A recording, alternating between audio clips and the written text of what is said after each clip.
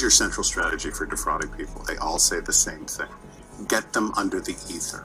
Under the ether. Ether is a heightened emotional state where you're no longer thinking rationally, but you're reacting emotionally. The crush or the kill is emotionally driven. It's not logical. Have you ever been in a relationship with someone who is constantly denying your reality? And by that I mean, you make a reference to a huge fight that you had 2 days ago, and the person says, "What are you talking about? That didn't happen." What I'm talking about is gaslighting.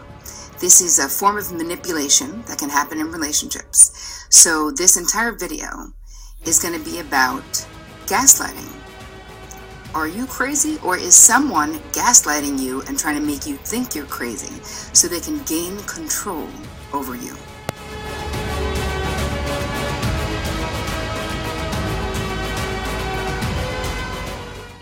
Because it's really hard to put your finger on. If you're not a person who is manipulating other people all the time, you start doubting yourself instead of being able to clearly see what's happening. So I want to start with just the definition of gaslighting. Like, what actually is it? So this is a form of manipulation that seeks to sow the seeds, right, of doubt in a targeted individual. So it could be you. It's a form of manipulation that has you question your own memory, your own perception, and your own sanity. So the way the other person does it is using persistent denial, misdirection, contradiction, and lying. This attempt is to destabilize you, right? So that they're delegitimizing your beliefs and gaining control over you. There's all different kinds of examples, which I'll be giving you. But I want you to actually just see the signs and symptoms, and then I'll go through the stages, right? So how do you know? This is going to be a list, and don't worry, you'll be able to actually download this because I want you to be able to figure it out in your own life. If you find yourself withholding information from friends and family so you don't have to make excuses for what's going on in your life, that is one indication that something is going on that isn't good, right? If you feel as though you can't do anything right because you're always being criticized by your partner. If you wonder if you are a good enough girlfriend, employee, wife, mother, this is another indication. If you feel hopeless, if you feel joyless, right? Your life does not feel joyful anymore. That's another indication that someone is gaslighting you and it's sucking the joy out of your life. If you think about where you are right now in your life and you feel like you don't even know how you got to where you are, that you used to be a happy, fun-loving person, more relaxed, enjoying your life, but you're not now, that's an indication. If you're constantly second-guessing yourself, this is an indication. If you often feel confused or even crazy at work, because a lot of times you'll have a boss who is a gaslighter as well. But if it's happening at home, you feel like you're crazy, like you're misremembering everything. If you're constantly either being told that you're too sensitive or questioning that you're too sensitive, like 1,000,000 times a day, that's a problem. You can't understand why with so many apparently good things in your life, you're not happy, that you don't feel happy. Do you find yourself always apologizing?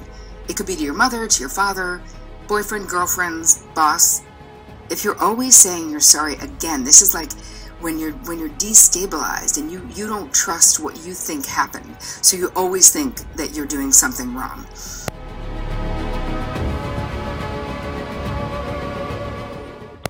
Conceptualization, my understanding of gaslighting is based on this psychotherapist's clinical understanding of it, both as a victim and a practitioner of over 30 years. So let's get right down to it. Gaslighting is a very despicable form of mind control. Some people consider it brainwashing. The two are very similar. Although the two get confused frequently, they're very different. Brainwashing is an overt strategy where the perpetrator is not trying to hide what they're doing and their intentions. we've seen some movies, we might have read about it. The famous examples of brainwashing occurred in the Korean War with the prisoners, where the North Koreans and the Chinese were the Chinese fighting with the North Koreans would brainwash American prisoners to try to change their belief systems, their loyalties, their personality. And this was done methodically and systematically, and it was hammered in them day in and day out. And I promise you, those who were brainwashed knew it until they were brainwashed, and then they lost their individuality. Gaslighting is much different. Much, much different. It is a furtive, covert, secretive, manipulative, mind-bending strategy that pathological narcissists undertake in efforts to control, dominate their victims. Gaslighting is so different from brainwashing in that it is secretive, it is covert. The gaslighter lurks in the shadows. More often than not, they are what I call pathological narcissists. And that is someone who has a borderline personality disorder, a sociopathic personality disorder, or a narcissistic personality disorder. These are folks who scheme a plan to entrap a codependent or someone with self-love deficit disorder, to entrap them in a relationship by taking their power away. And the way they take their power away, their sense of control, is to turn themselves against themselves, to make them believe that there is something wrong with them, something that is either slightly real or completely made up. Now, the goal of the gaslighter is to take something that is believable and expand upon it and build upon it and convince the prey, the victim, that they have this problem and it's much worse than they really thought it was. Or, in many cases, the gaslighter creates the illusion or sets up the environment to make a person think they have a problem that they never really had. So let's use moderate to mild anxiety. The codependent with mild to moderate anxiety falls in love with the narcissist. The human magnet syndrome. You know how that goes. And the narcissist, the pathological narcissist, wants to make sure that they are never going to lose control of the codependent. And these are the worst of the narcissists because they will bend the codependent's reality, their thinking, their emotions. They will create this very detailed, methodical plan to make them believe that this problem, we're going to call it anxiety, is actually worse than it is. And not only will they keep reminding the victim they have anxiety, but they will set up the environment to prove to the codependent that their anxiety is getting in their way and causing problems. It's pretty diabolical because the goal is to pretend to be empathetic and altruistic, pretend to be understanding, but all the while it keeps setting up the environment to make that codependent feel more and more anxious, to remind him or her that she's anxious, and eventually to overwhelm that person with this, what I call inculcated belief, or this implanted belief that they are much worse than they really are. And what makes it horrendous or horrible is that the codependent starts to identify with the implanted narrative. What was only mild to moderate anxiety what was only mild to moderate anxiety has become severe, debilitating anxiety.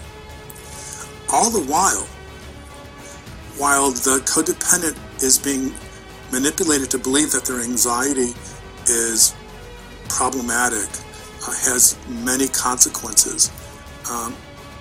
The narcissist pretends to be supportive, but in the background, they are turning the outside world away from the codependent, or they are turning the codependent away from the outside world, because the gaslighter has to be secretive. He has to be behind the shadows. This week's show is going to be on gaslighting, on lying, and abuse amnesia. So they're all interconnected. So what is gaslighting? So that is one of the questions that I get a lot. I don't understand, what is gaslighting? What does this mean? Gaslighting is when an abuser rewrites history.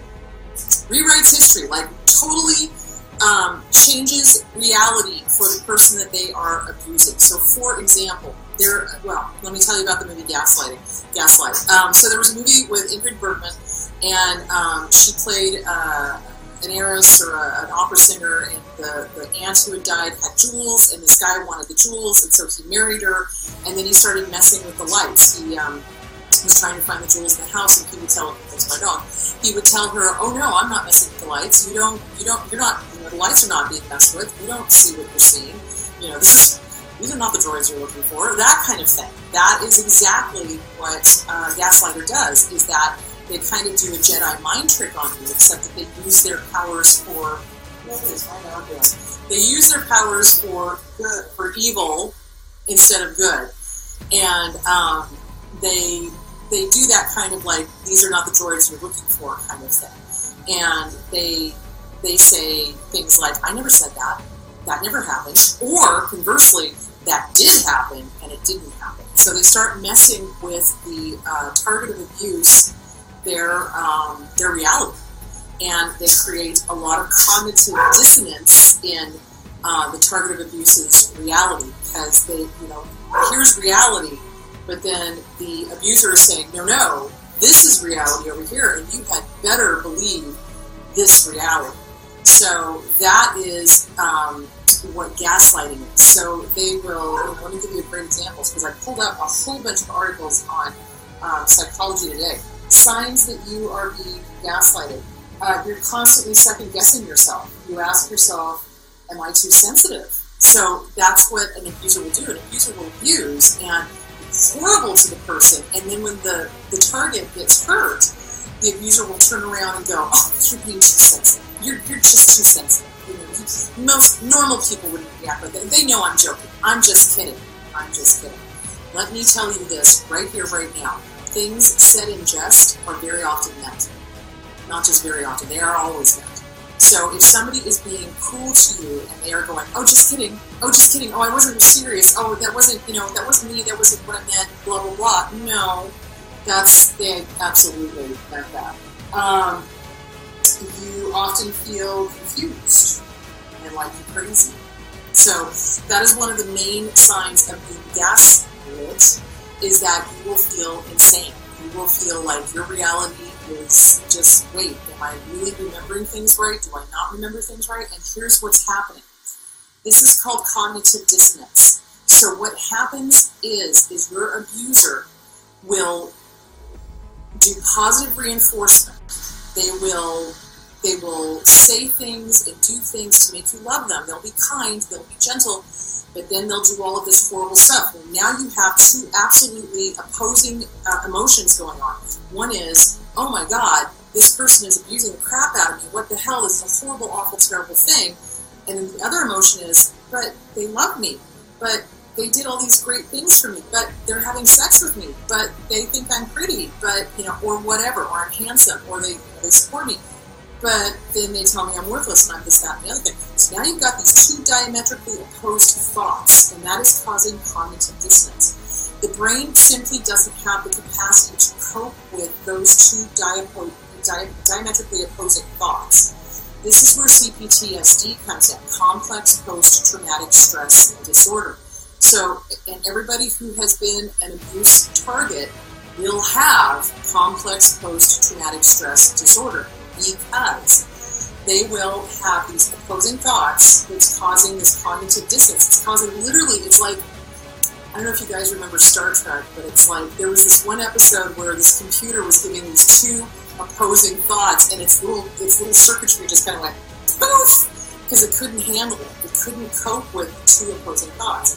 So instead of going poof, abuse victims, abuse targets don't necessarily go poof, but what they do is they chuck out the information that is not consistent with their reality.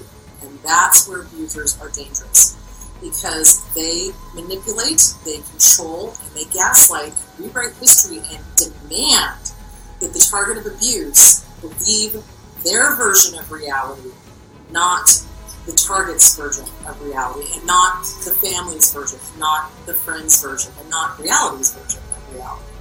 So this is what leads to abuse amnesia.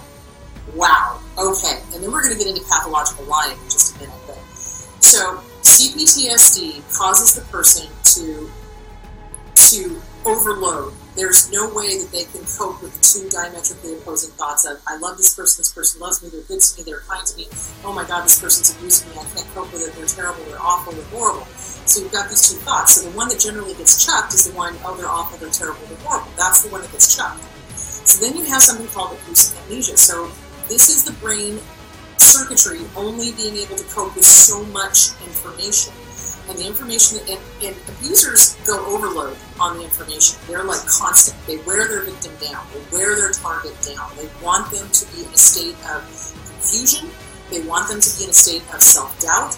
They want them to be in a state of questioning things. Now, here's the one thing that abusers do that you need to watch for. What they will do is they will claim that everybody lies.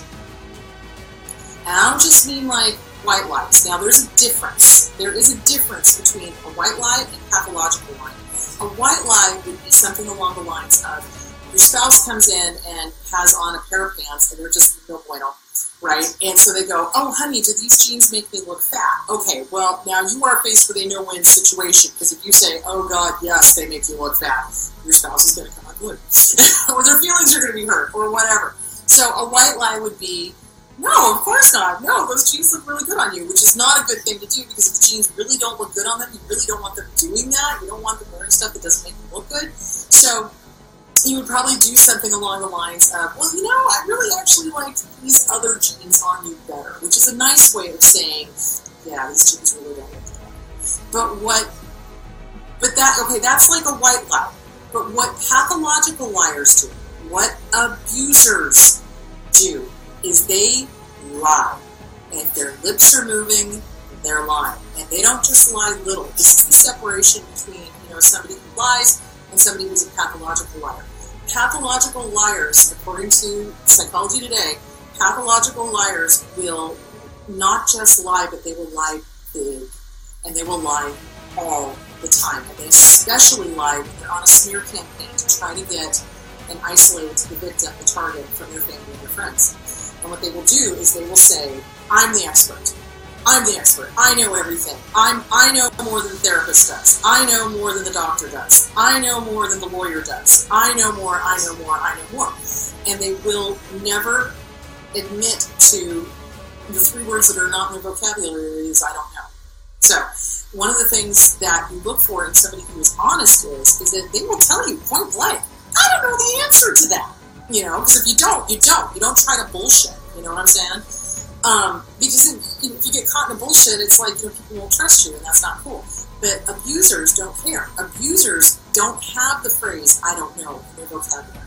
What they will do is they will become experts on every topic, especially if somebody is threatening to them. So if a therapist is threatening to them, they'll try to level the therapist and say that the therapist doesn't know what they're talking about, and that they know more about psychology than the therapist does. That is a common tactic with abusers, which is why it's so dangerous to go to couples counseling with a narcissist or an abuser, because that's what they'll do. They'll level the therapist and they'll say that they know everything, and they'll know just enough psychobabble to start messing with the target's brain, which really sucks.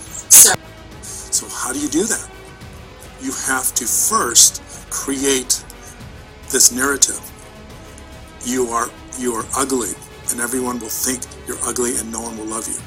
You are stupid. You are so stupid you'll never get that job. You are fat. You are so fat that no one will ever date you. You are so insecure and your self-esteem is so horrible. Who would ever want to be your friend? So once they inculcate the codependent with that narrative, and they pound away at it, and they do it in a way that's not very obvious. They don't just, they are so slick. They keep reminding the codependent as if they're pointing it out. See, you're so anxious, and, I want to help you, but that explains why you're having problems working. Maybe we have an explanation why people don't like you. But I like you, I love you, and I always protect you. See, that's the mind bending, where the narcissist not only inculcates the codependent with the narrative, shows them reasons to believe they have the narrative, proves to them that they have the narrative. So, pathological liars, though, will also do huge amounts of lying.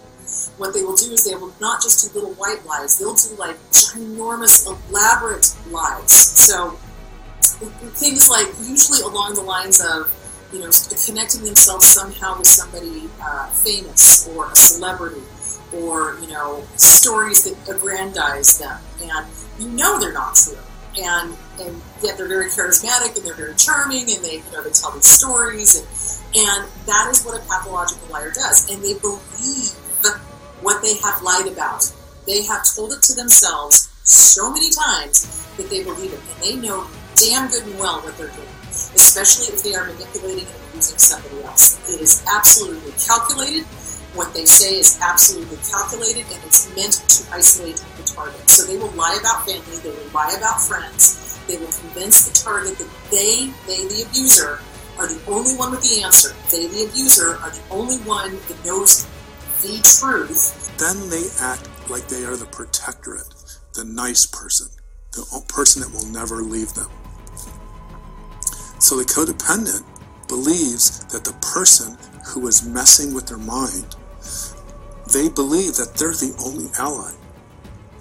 And that is when the narcissist has their hands across the codependent's throat and they start to choke them. And all the time, the codependent doesn't know. So projection. So here's the deal. Do we all lie? Does every single person on the face of the planet lie? Yes. But, we usually don't do it to harm other people. It's usually white lies are done to protect somebody else's feelings.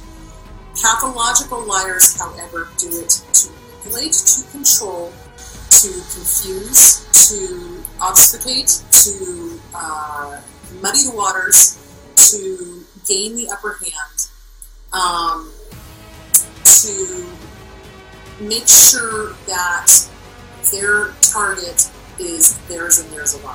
So how does this diabolical narcissist pull this off without anyone knowing? See, that's what makes this extremely creepy. They start isolating the codependent. Gaslighting requires isolation. You have to isolate the codependent by making them believe no one loves you. You're so anxious, and who wants to be around a person that's all anxious all the time? Or so they believe that people who haven't called them, for whatever reason, good or bad, are doing it because of reasons that are part of the narcissist narrative. Make sure that their target is theirs and theirs alone.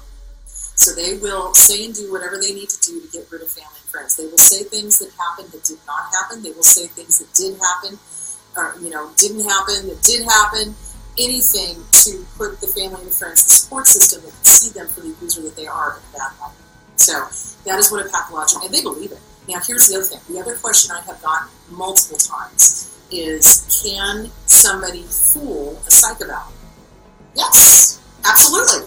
Absolutely they can fool a psychopath. Psychopaths are notorious for fooling psychopaths. They're also notorious for fooling lie detector tests. Why? Because psychopaths can monitor their heart rate. They know how to keep themselves calm. They know how to have absolutely no emotional response whatsoever. So, is playing the victim a form of manipulative lying? Absolutely. The phases of someone gaslighting you, because in the beginning, if you're a relatively normal person, it comes as sort of a shock. There's something shocking about someone gaslighting you. So I have a couple of examples of that as well. But the first stage of you being gaslit is disbelief, right? You think, no, that can't be happening, right? This is just like an anomaly to how we actually interact, right? This is not the norm. You think during the first stage it's odd to you, but you don't recognize it as a pattern yet. So there is a sense of disbelief, basically, of that happening. The next stage is feeling defensive and wanting to defend yourself from the person who's gaslighting you, from their manipulation. So think about it, right? If you have a friend and they borrowed something from you and you say, I'm really unhappy that you didn't return that thing, they will say, well, I don't know why you bought that kind anyway. That's not even the good kind. You bought the crappy kind instead of the good kind. Do you know what I mean? So this is, or like with a boss, if you complain to your boss and say, I'm really unhappy with the assignments that you've been giving me lately, if you feel like you're being wrongly passed over for like the good stuff, and you ask them why it's happening, instead of addressing the issue, what they'll do is they'll tell you that you're way too sensitive and that you're way too stressed, and that maybe you are sensitive and maybe you are stressed, but that doesn't answer the question of why you're being passed over. And so it's this distraction technique that they'll do to get you off guard and to avoid answering your question. So be aware of that. If you find yourself always defending yourself, whether it's at work or whether it's at home, this redirect that they will do for you suddenly puts you on the receiving end of like you did something wrong. So it's a very high level manipulation from the person who's gaslighting you. So you suddenly are in the position of defending yourself. Like you go in to make a complaint, and now suddenly you're defending yourself. Like, what the hell? Like, how did that happen? But be aware that if you start being really defensive, that something is going on. And during this stage, you're driven crazy by the conversation because you have no idea how. It started out as you wanting to like draw a boundary and tell the person how you felt. And in the end, it's like this endless loop of you defending yourself and being like denying what they're saying because what they're saying actually isn't true. And then the third stage of this gaslighting is depression. So by the time you get to this stage, right, you're really experiencing like a noticeable lack of enjoying your life, right? A lack of joy. It's almost like you can hardly recognize yourself anymore, even if you're going through the motions. And so the outside world may not even know that you're experiencing this, but you know that you're experiencing.